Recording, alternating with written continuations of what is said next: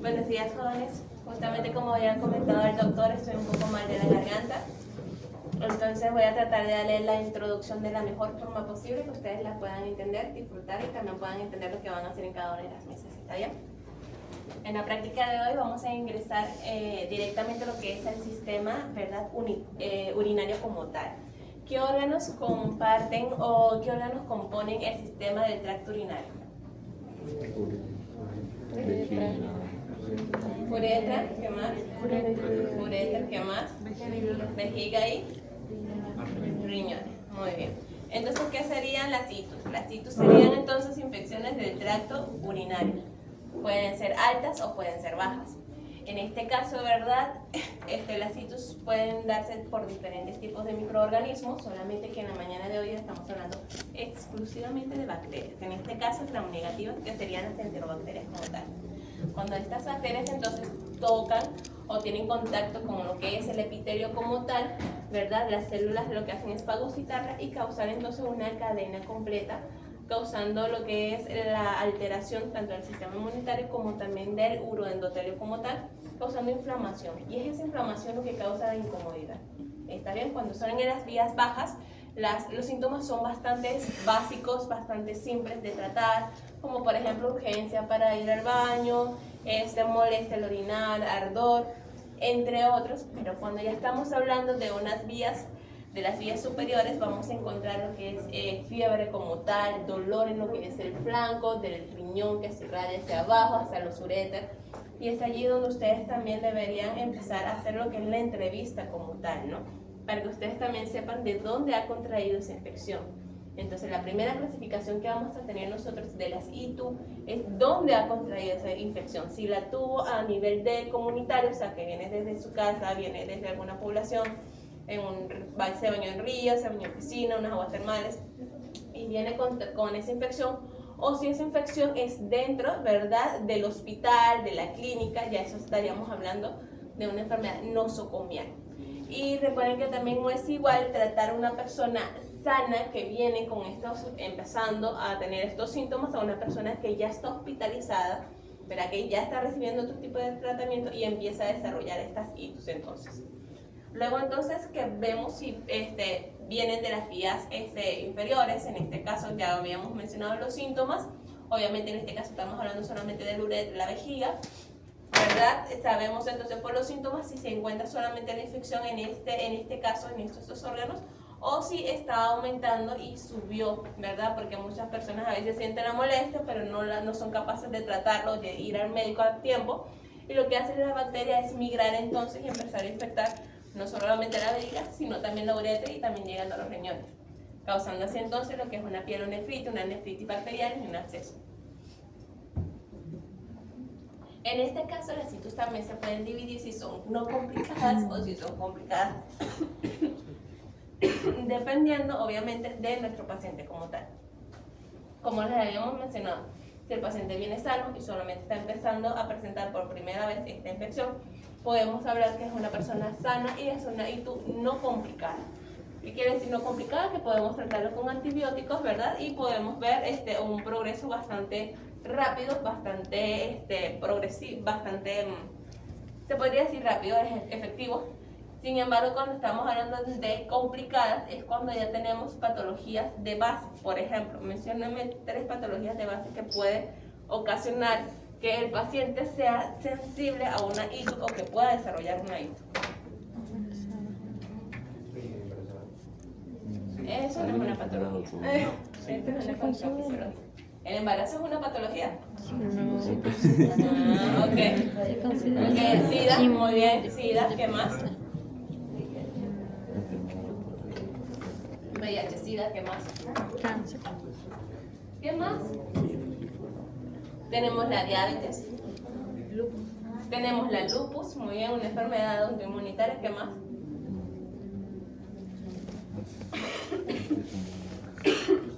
Tenemos el cáncer. Claro. Y otro tipo de enfermedades, ¿verdad?, que puede hacer que la ITU de nuestro paciente se complique. También tenemos las ITUs asociadas a catéteres que anteriormente habíamos comentado, que serían estos pacientes que están, ¿verdad?, dentro del hospital, están hospitalizados y empiezan entonces a presentar este tipo de infecciones. Estas itus son las más complicadas de tratar. ¿Quién me dice por qué? Resistencia. Tienen diferentes causas, pero más o menos, mencióname que sea dos. Porque va directamente a lo que es ¿Al torrente? al torrente. Es posible que más. Es fácil de que se disemine diferentes órganos más que el tracto urinario, y también porque el paciente debe permanecer con el catéter para poder controlar su enfermedad. Muy bien. En este caso, por las condiciones que su compañera anteriormente había mencionado, y también porque ya obviamente tiene una patología de base. Entonces, por ejemplo, cuando ustedes vayan a operar, siempre hay un cierto porcentaje, ¿verdad?, de posibilidad de que este paciente pueda contraer un tipo de bacteria dentro del hospital, ¿vale? Tenemos que evitar que eso pase. Pero si eso pasa, entonces ya directamente estamos hablando que es algo complicado, porque ya tiene una patología de base y se está empeorando durante el trayecto. Y también si tiene una itus recurrente. En este caso es importante porque no es normal que una persona desarrolle más de 3, 6 itus durante 6 meses o durante un año. No es normal, ¿vale? En este caso nosotros tenemos que prestar atención a eso porque puede ser que no sea por solamente mala higiene, sino también puede ser que tenga alguna anomalía a nivel fisiológica, ¿verdad?, a nivel anatómica, que puede causar esas alteraciones, ¿vale? Hay personas, por ejemplo, que tienen dificultades para lavar sus genitales, por ejemplo, o también tienen problemas con el prepucio en el caso de los hombres. Entonces, este tipo de anomalías puede causar también lo que son estas alteraciones. Una pregunta. Si en la ITU no complicada entre la mujer no gestante y en la ITU complicada tampoco entre la mujer gestante, ¿dónde entra la mujer gestante? Es que en realidad no es, o sea, recuerden que cuando la mujer está en embarazo es muy frecuente que pueda desarrollar una ITU.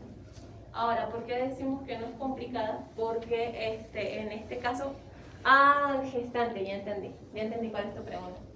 En este caso podría entrar dependiendo de la condición de mi paciente. Por ejemplo, hay mujeres que inclusive desde edad temprana empiezan a automedicarse. ¿Está bien? Y cuando llegan entonces al embarazo y presentan una infección, entonces obviamente la infección es más difícil de tratar porque la bacteria ya es resistente. ¿Está bien? Y su cuerpo ya está acostumbrado a que siempre toma amoxicilina con ácido clavulánico.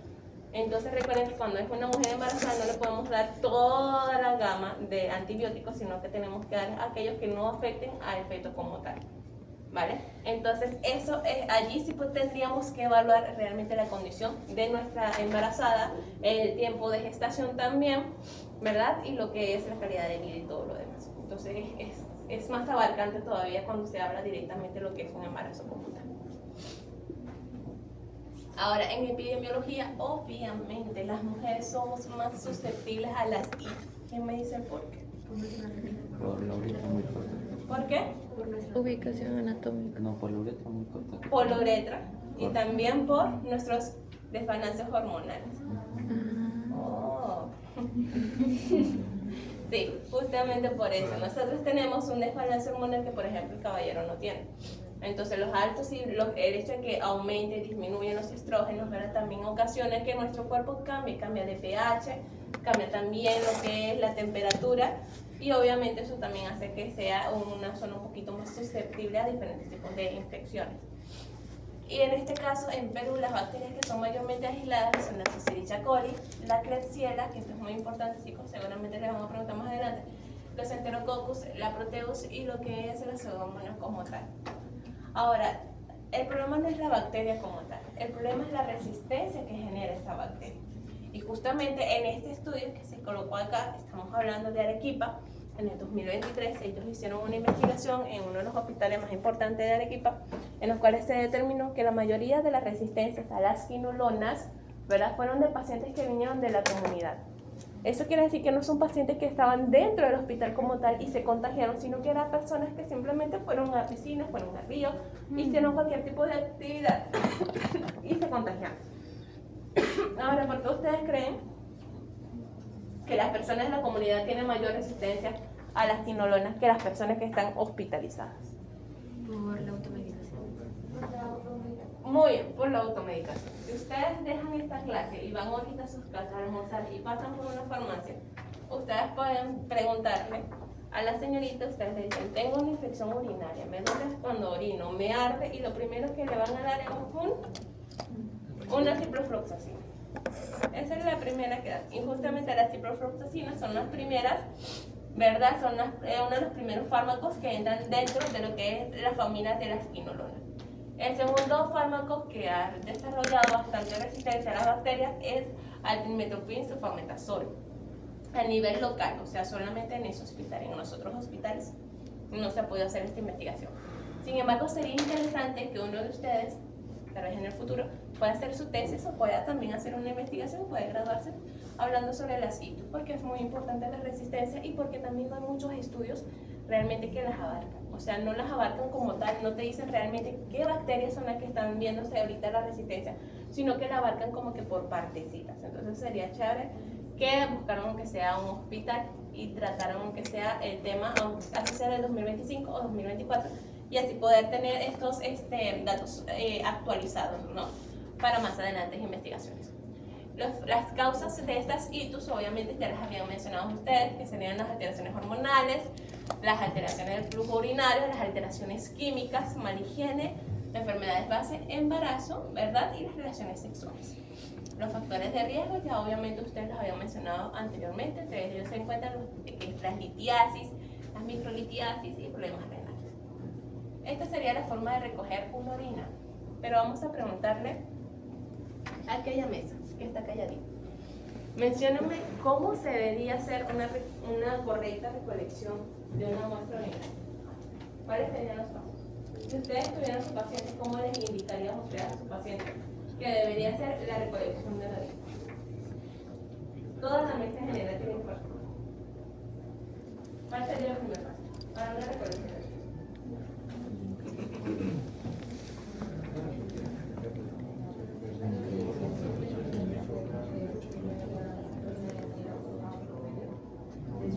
¿Cómo?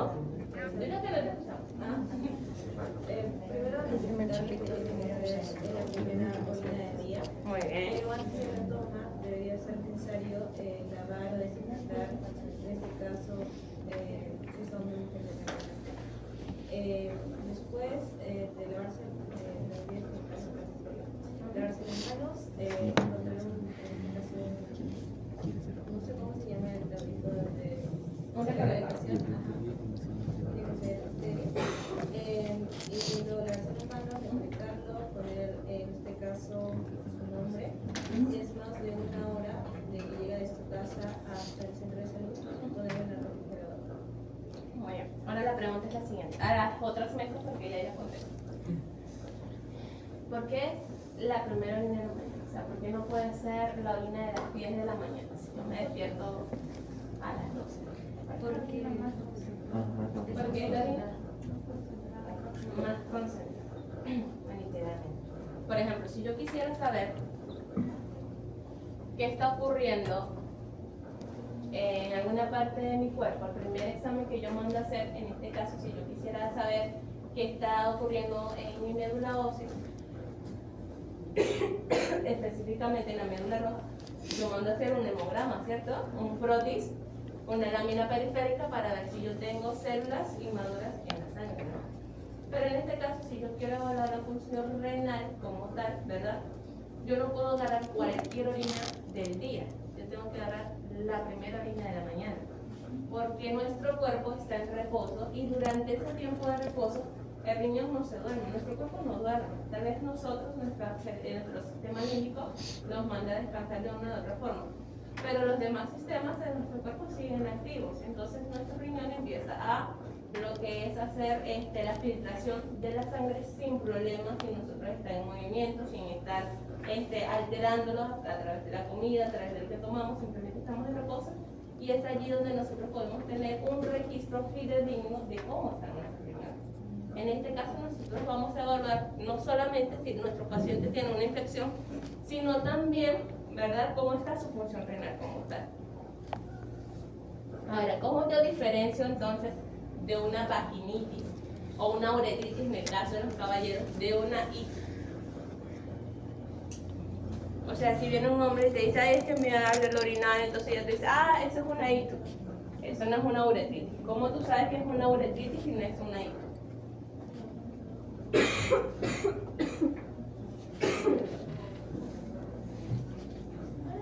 Es porque en estas dos enfermedades, en estas dos patologías, hay un flujo, chicos. Hay una secreción. Entonces, si viene el paciente y les dice a ustedes que está goteando, porque siempre te dicen es un goteo, no, es que me está goteando mis partes íntimas, mis genitales, y como es el goteo, como es la secreción, entonces ya ustedes saben que no estamos hablando de una ictus, sino que estamos hablando de una uretritis. En el caso de las mujeres también les cambia bastante lo que es el flujo, ¿verdad? No es un flujo normal durante todo nuestro periodo menstrual. Obviamente el flujo va cambiando, ¿verdad? Lo que es su composición y también su contextura. Pero lo que es un flujo en lo que es una vaginitis cambia mucho, es un color más amarillento, purulento. Entonces ya sabemos que no es una ictus, sino que estamos hablando de una vaginitis como tal.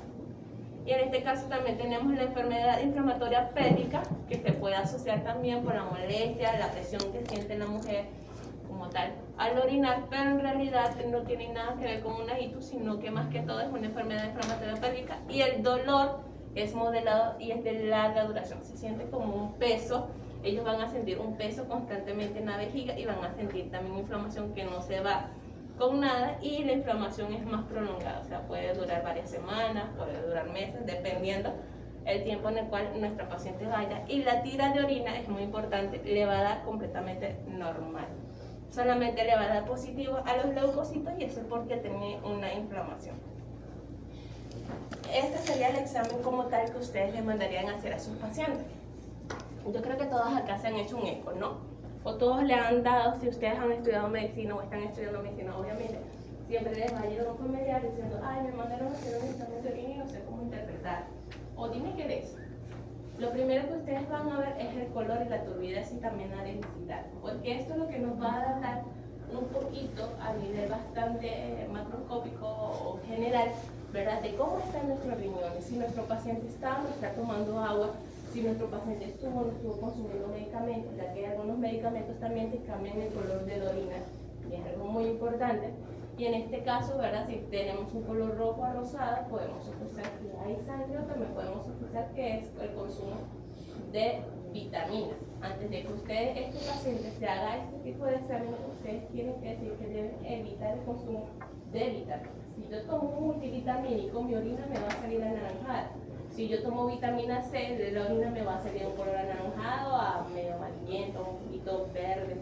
Pero es por la cantidad de medicamentos que yo estoy tomando, es la vitamina la que me está modificando el color de mi orina como tal. Además de la turbidez, el hecho que, por ejemplo, yo vea una orina completamente transparente, no quiere decir que no haya infección, ¿vale? Nunca se lleven tampoco al loco por ciento, por decirlo así, sobre la turbidez. Y la densidad también me está hablando sobre la hidratación. En este caso hay algunas orinas y en algunas patologías que generan un olor típico de ellos. Por ejemplo, hay pacientes que tienen, en este caso puede ser diabetes, y el olor de una orina diabético es muy distintivo a un olor de una orina normal. Hay pacientes, por ejemplo, que tienen contaminación y el olor ya no deja de ser un olor urogénesis o un olor normal a tener un olor como fecal, así como podrido, ¿vale? Entonces el olor también va a variar, pero obviamente ustedes no van a agarrar la orina y van a decir, ay, este paciente es diabético, porque obviamente no es así, ¿vale? Es simplemente cuando ustedes destapan, es imposible que no se desprenda un olor de cualquier tipo de muestra que ustedes estén trabajando, ¿vale? Pero obviamente ustedes como médicos, ustedes no van a realizar esto, a menos que ustedes también tengan esa ambición de colocar un pequeño centro de diagnóstico más adelante su nombre, que sería muy bueno. Eso obviamente sería el ideal, ¿no? Que ustedes tengan esa mente de progresar y de avanzar, de aspiración. En este caso tenemos una tira reactiva que sí o sí les va a servir bastante para todos, chicos. En este caso lo primero que vemos acá es leucocito, nitrito, urobilinógeno, proteína, pH, sangre, densidad, cuerpos cetónicos. en este caso bilirrubina y glucosa. Si mi paciente tiene diabetes, ¿cómo me va a aparecer esta tira? Un paciente diabético, ustedes que esperan ver acá.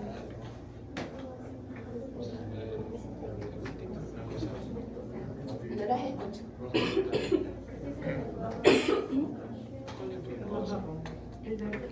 Un paciente diabético. Tengo un paciente diabético, me dice, ¿sabe qué? Tengo diabetes. ¿Cuál de estos parámetros me va a parecer alterado? Glucosa. ¿Qué más? Posiblemente, ¿qué más?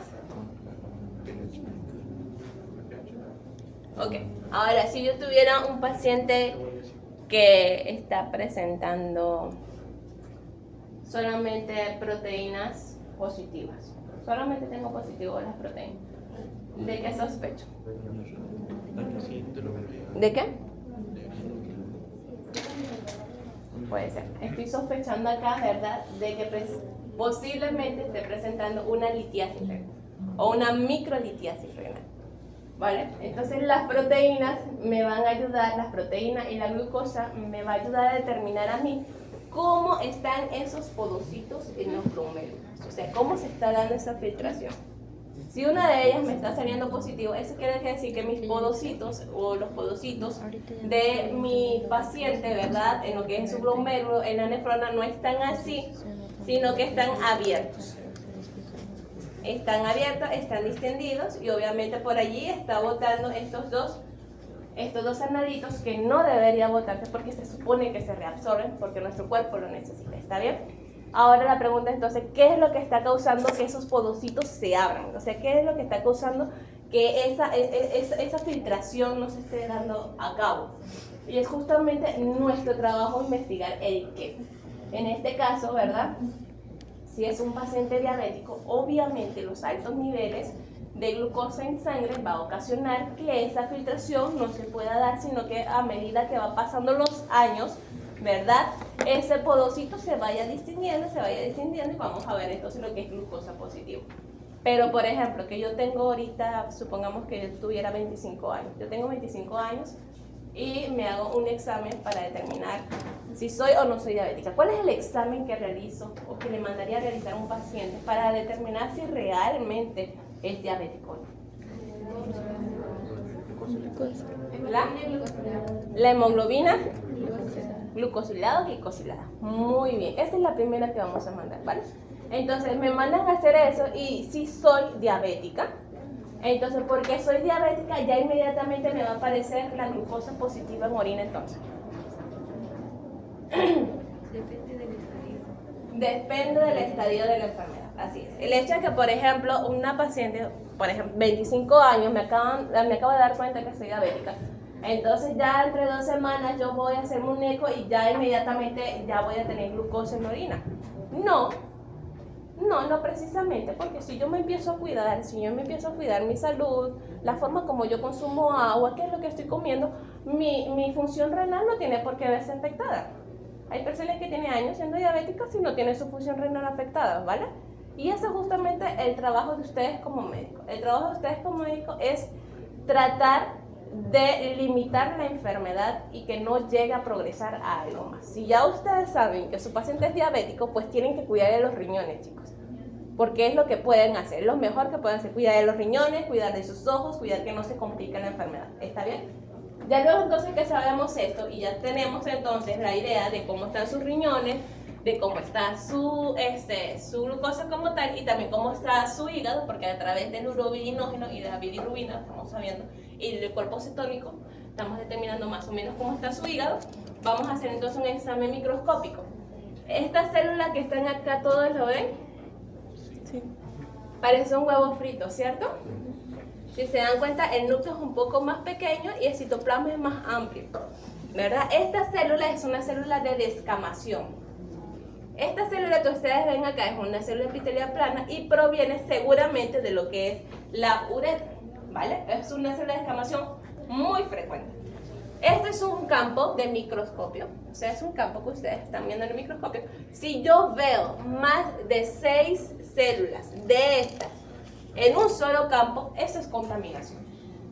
¿Está bien? Eso quiere decir que mi paciente no se lavó bien sus partes íntimas, ¿verdad? Y lo que yo estoy viendo aquí es contaminación. ¿Está bien? Ahora, si estas células no son así, no son planas, sino que son una forma así, redonditas, y el núcleo es aproximadamente igual, entonces ya no estoy hablando de una célula epitelial plana, sino que estoy viendo directamente una célula de lo que es la vejiga. Y eso es más delicado todavía, porque entonces tenemos una inflamación y una descamación del epitelio de la vejiga. ¿Ok? Y eso es una enfermedad un poco más complicada, ya no estamos hablando de una ITU normal, sino estamos hablando de una ITU complicada y es otro tipo de tratamiento. Esto es lo que ustedes están viendo acá, son leucocitos y algunos de ellos están eclosionados. Este, por ejemplo, está eclosionado. Algunos de ellos se le puede ver el núcleo como este, en el caso de este, y algunos acá ya se están viendo lo que son puras vacuolas como tal de la cantidad de bacterias que han fagocitado. También vemos acá lo que son los cilindros. Si yo veo leucocitos acá y yo no veo bacterias, eso quiere decir que yo estoy en presencia de una inflamación. Por ejemplo, en la enfermedad de inflamación pélvica, ¿vale? Entonces no tenemos infección, pero tenemos una inflamación. Ahora hay que preguntar qué es lo que está causando esta inflamación como tal. Puede ser un golpe, quién sabe, tal vez un dispositivo que se colocó la mujer y por allí justamente le está ocasionando algún tipo de incomodidad. Todo eso hay que ver. También vemos lo que son los cilindros y los cristales, que es para ver si hay cálculos en los riñones, ¿verdad? Cómo está la función renal como tal. Y también tenemos microorganismos. Entre los microorganismos que encontramos en unas orinas, ¿cuáles podríamos encontrar? En una orina, ¿qué podríamos encontrar? ¿Ah? Bacterias, ¿qué más? Algunos parásitos, muy bien, ¿qué más? Cándida, muy bien. Y vamos a encontrar también trichomonas vaginales. Este es el que mayormente también se puede, trichomonas vaginales, sí. Ahora, hay algunas bacterias que son intracelulares. Eso quiere decir que no lo vamos a encontrar acá, sino que lo vamos a encontrar dentro de la célula. Como por ejemplo el ureaplasma, el micoplasma. Todas esas bacterias nosotros no lo podemos aislar a través de cultivos como tal. O sea, ustedes pueden ver, por ejemplo, que hay bacterias y ustedes siembran y nunca les va a crecer. Pero ustedes ven que la célula, adentro de la célula hay bastante bacterias. Entonces allí estamos hablando de ureaplasma y micoplasma, que no pueden vivir si no es dentro de una célula. No pueden vivir en el exterior, por decirlo así. Entonces en este caso nosotros mandaríamos a hacer serología como tal, para poder determinar. Otras cosas que podemos encontrar en una orina, ¿verdad? Es mucus, pero también semen. Podemos encontrar espermatozoides. En este caso, si es de una mujer adulta de 25 años, ¿qué pasaría allí? Una mujer de 25 años se manda a hacer un eco y vemos espermatozoides en la muestra. ¿Qué hacemos?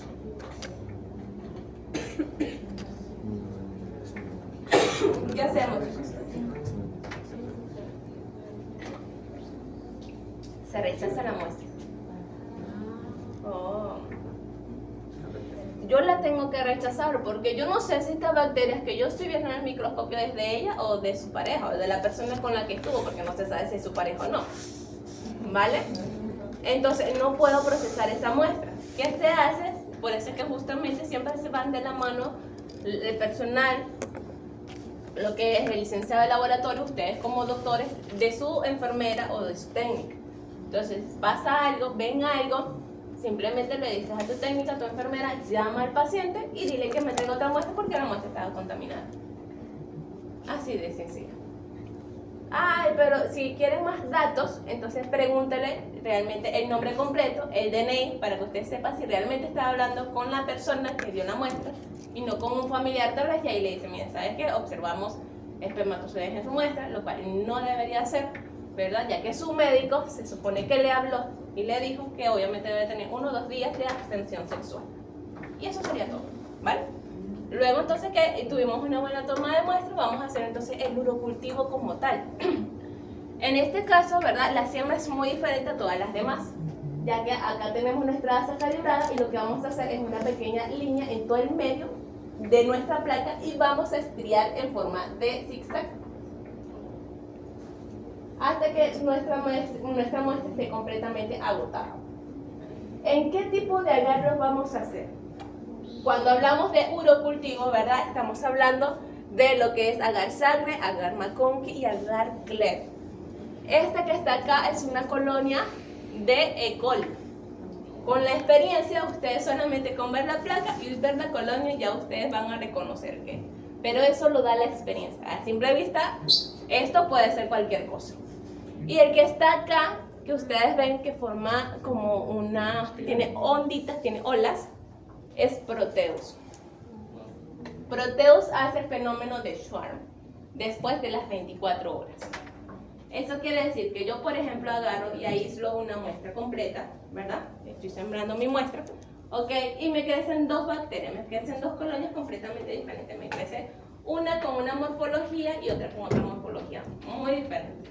Yo veo que mi muestra tiene dos colonias, ¿verdad? En este caso, yo voy a aislar la colonia que tenga más cantidad. O sea, si tengo, por ejemplo, una colonia amarilla y una colonia color blancuzco y una crema, entonces la que tengo mayormente es la crema, obviamente la que voy a aislar es la crema, porque la blanca seguramente ha sido por contaminación. ¿Está bien? Pero en este caso Proteus, si ustedes no la aíslan al momento, y ustedes dicen, ¿sabes qué? Tengo una guardia muy pesada, la hago para el día de mañana, total, la voy a conservar muy bien y no va a pasar nada, pues Proteus al día siguiente le va a hacer Swarm, que es como una onda, es como una mucosidad que la misma bacteria, la misma colonia exparte y forma estas ondas como ustedes le van a ver, por eso que le dicen Swarm, porque es como de ola, ¿vale? Entonces forman estas olas y me va a contaminar toda la placa. Y ya no voy a poder aislar, ya no voy a poder determinar qué bacteria es porque todo está contaminado, ¿está bien? Entonces, para que Proteus no me haga este swarming, yo lo coloco entonces o aíslo también en agar-Clef, que es cisteína, lactosa de electrolitas débiles. Y cuando es lactosa positivo, va a virar a este color amarillo muy bonito. Y en el caso del McConkey, ustedes ya obviamente están bastante acostumbrados a trabajar con el McConkey, saben que es un muy enriquecido selectivo. Y que obviamente se utiliza mayormente para enterobacterias. Ahora, después que mi bacteria creció, yo voy a aislar estas colonias que están acá, las más separadas posible. Yo no voy a escoger estas colonias que están acá, que están todas montadas una encima de otra, porque yo no sé si está contaminada. Por eso que justamente es a través del aislamiento vamos a agarrar estas colonias que están aisladas y las vamos a identificar. Supongamos que todos nosotros estamos en una placa y cada uno de ustedes es una colonia de bacterias. Si nos ven desde arriba así, ¿ustedes creen que van a diferenciar quiénes son los estudiantes de los profesores? No, porque todos estamos vestidos igual, ¿cierto? Y todas tenemos la misma característica. Pero entonces, para yo saber quiénes son los profesores, yo sé que los estudiantes siempre comen pollo a la brasa. Pero los profesores comen sushi. Entonces yo digo, bueno, así a simple vista, yo no sé quién es quién, pero yo los voy a aislar. Entonces la primera prueba que yo hago, ¿verdad? A ambas colonias, las coloco, a ambas les doy igual. A la colonia X le voy a dar sushi y le voy a dar pollo a la brasa. A la siguiente colonia, también sospechosa, porque no sé si es estudiante o es profesor, le voy a dar también sushi y le voy a dar también pollo a la brasa. Al día siguiente, a las 24 horas, porque las bacterias crecen en 24 horas, se desarrollan, me voy a dar cuenta realmente quién es estudiante y quién es profesor. Porque si entonces me crece solamente la colonia, ¿verdad? En lo que es pollo a la brasa, entonces yo digo, todos ellos son estudiantes, ¿cierto? Pero si me crece entonces en sushi, entonces todos ellos son profesores. Ahora nosotros acá tenemos 3 profesores. Entonces ya yo sé que es un profesor, pero ¿cuál de los 3 es el que me está dando la clase en este caso? Entonces, ¿cómo hago? Siempre monto otra batería y en vez de darle sushi, porque ya yo sé que es sushi, ¿verdad? Ahora resulta que acontece que hay uno que come sushi con wasabi, que sería el profesor Joaquín. Hay otra, por ejemplo, que come sushi con salsa de soya, que en este caso sería la profesora Flor. Y yo, por ejemplo, comería sushi con salsa agridulce, por ejemplo, ¿verdad? Entonces, para yo diferenciarlos a ellos tres, entonces le tengo que dar otra vez a los tres el mismo nutriente, ¿vale? Y si me crece entonces en wasabi, al que está dando la clase entonces es el profesor Joaquín, ¿está bien? Y si me crece, por ejemplo, en la salsa de soya, entonces la que está dando la clase es la profesora Flor. Y si crecería en agridulce, entonces la que está dando la clase soy yo, ¿está bien? Igual con las bacterias. Entonces por eso es que justamente se hacen estas pruebas. Estas pruebas son solamente para nosotros alimentarlas, hacerlas que crezcan y ver cuál es su metabolismo como tal. ¿Está bien? A pesar de que, por ejemplo, todos somos profesores, por ejemplo en la Klebsiella, que hay Klebsiella pneumoniae, Klebsiella oxytoca, las dos son Klebsiella, pero la diferencia, la prueba de Indol, que la van a ver más atrás, en atrásito está la prueba de Indol. Entonces te van a dar cuenta que hay una diferencia y es nada más con el Indol. De resto, todas las Klebsiellas se desarrollan igual, crecen igual, tienen el mismo metabolismo hasta que llegan a esa prueba. Y por medio de esa prueba ya ustedes saben que es oxytoca y que la otra entonces es pneumoniae. Entonces es igual acá. En este caso nosotros tenemos el TSI, ¿verdad? Que está compuesto por el triple sugar iron, o en este caso sería hierro. Y en este caso acá vamos a encontrar la primera azúcar, que en este caso sería sacarosa, la segunda sería la glucosa, que está aquí abajito en el fondo, y la tercera, ¿verdad? Sería la lactosa, que se lee en este bicep. Entonces, para yo sembrarlo, lo tengo que sembrar punzo, hasta abajo, toco, taco, subo, y acá hago el estrío, ¿vale? Entonces sería punzo, subo y estrío. Acá, por ejemplo, esta es una Escherichia coli. En su mesa hay Escherichia coli. Entonces, si se dan cuenta, Escherichia coli es ácido, porque viró el color, cambió, fermentó, ácido. Eso quiere decir que utiliza los dos azúcares, los tres azúcares, produjo gas, ¿verdad? Pero no me produjo entonces lo que es el ácido sulfídrico. En este caso tenemos Shigella. Shigella me está fermentando la glucosa, pero la lactosa no. Entonces, ácido alcalino, ¿está bien? Y si, por ejemplo, yo siembro una bacteria, yo sé que la sembré y no me crece, por ejemplo, en este caso que permanece el color intacto, al igual que el que sembré, entonces ya yo sospecho que es una no fermentadora.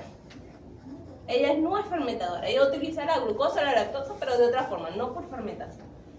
Como en el caso de la salmonela. Perdón. Y en salmonela, ¿verdad? Vamos a ver que ella es ácido, utiliza la glucosa, pero no la lactosa. Y tiene una producción de ¿qué, chicos? De ácido sulfúrico. Muy bien, entonces ya tenemos la primera prueba identificada. Ahora queremos saber si utiliza el citrato como fuente de carbono o no. Entonces hay algunas Klebsiellas, ¿verdad? Por ejemplo, si tengo este positivo, paso a hacer esto, porque esto no me dice a mí qué tipo de bacteria es. Pero resulta que acontece que si yo tengo ácido y tengo un citrato positivo, ya yo sospecho que es Klebsiella. Porque Escherichia coli es negativo para citrato. Si se dan cuenta cómo vamos descartando, ¿no?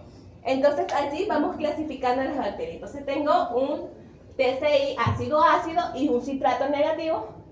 Posiblemente estamos hablando de una Escherichia coli. Pero como son dos pruebas nada más, ya yo no puedo decir que es eso. La experiencia me dice que sí.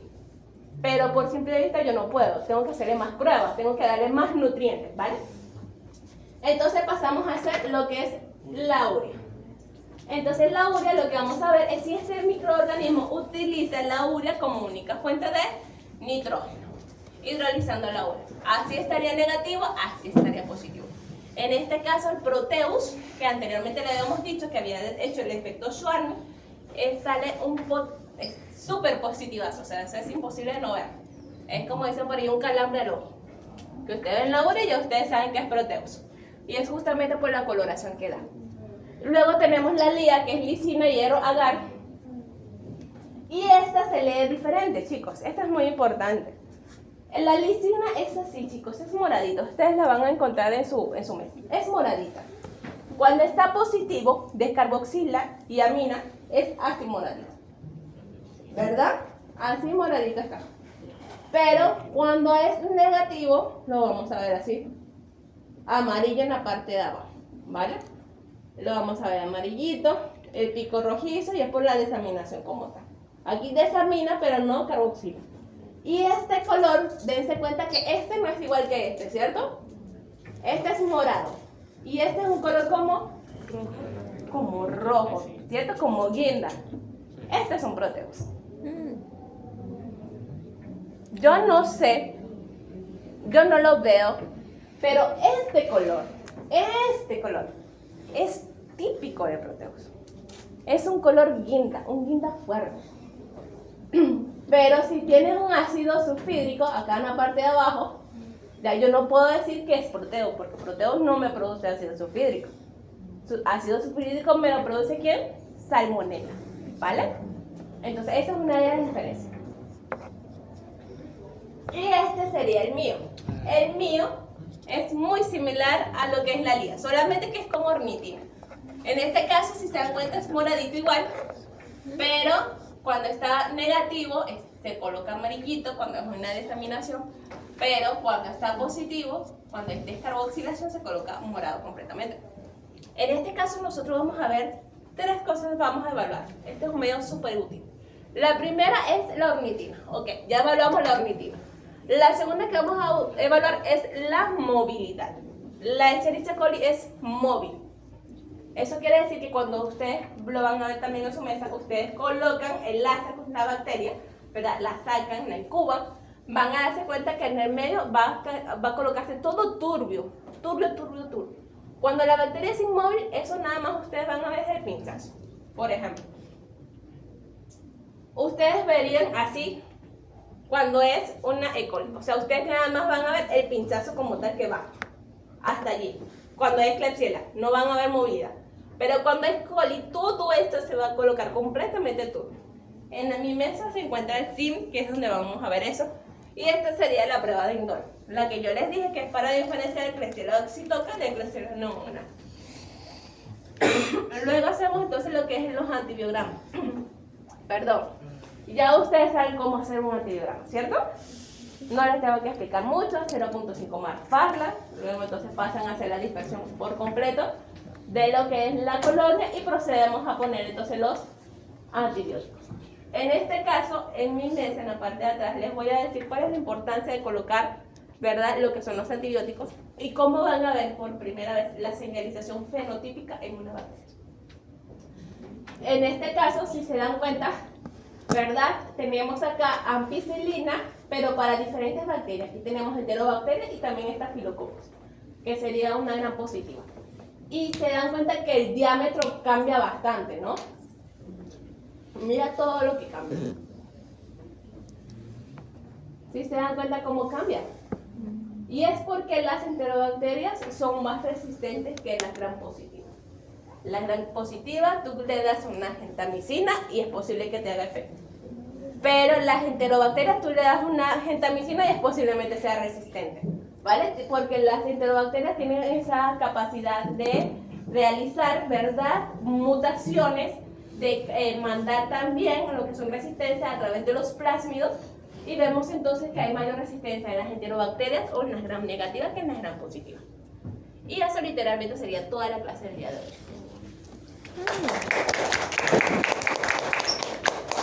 Vamos a mi mesa un momentito para explicarles rapidito.